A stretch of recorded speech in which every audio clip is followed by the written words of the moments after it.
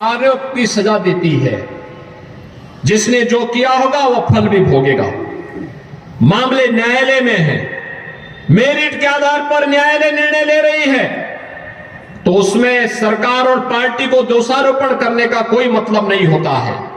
और मुझे तो कहूंगा मैं उनसे कि वे अपना स्वास्थ्य का ख्याल रखें। अनावश्यक रूप से क्यों बेकार जनता के सामने आकर के जनता को क्यों अनावश्यक रूप से, अगर ये संवेदनशीलता सरकार में मंत्री रहते हुए उन्होंने दिखाई होती, यहां के ईमानदारी से विकास में रुचि ली होती, यहां के प्रतिष्ठानों पर कब्जा करवाने की बजाय यहां के प्रतिष्ठानों के संरक्षण करने का दायित्व अपने ऊपर लेकर के बिना भेदभाव के हर नागरिक के सुख दुख में सहभागी बनकर के आगे बढ़े होते और अपनी जवान को भी नियंत्रित किए होते, तो मुझे लगता है कि बदजवानी व्यक्ति के लिए हमेशा दुर्गति का काम करती है।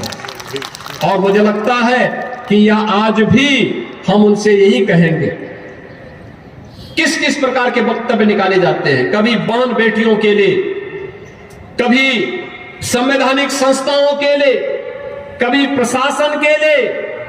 और ये तो समाजवादी पार्टी की हमेशा से नियत रही है, जब वो चुनाव हारती है तो पहले इलेक्शन कमीशन को दोषी ठहराती है, फिर वह ईवीएम को दोषी ठहराती है, फिर प्रशासन को दोषी ठहराती है और फिर पुलिस कर्मियों को दोषी ठहराती है, लेकिन अपने कारनामों को कभी वे लोग दोषी नहीं ठहराते हैं। भाइयों बहनों, अगर अपने कारनामों को ये लोग दोषी ठहरा करके जनता के सामने माफी मांगते, हो सकता है जनता जनार्दन उन पर रहम करती। लेकिन जनता भी जानती है ये सुधरने का नाम नहीं लेने वाले हैं, सुधरेंगे भी नहीं, क्योंकि जिनकी आदत गलत हो चुकी होती है उनको सुधरने में भी मुझे लगता है कि बहुत समय लगता है और वक्त सबको सुधार लेता है। और इसलिए भाइयों बहनों, मैं आज आप सबको अपील करने के लिए आया हूं कि आकाश सक्सेना आपके बीच में रह करके कार्य करेंगे।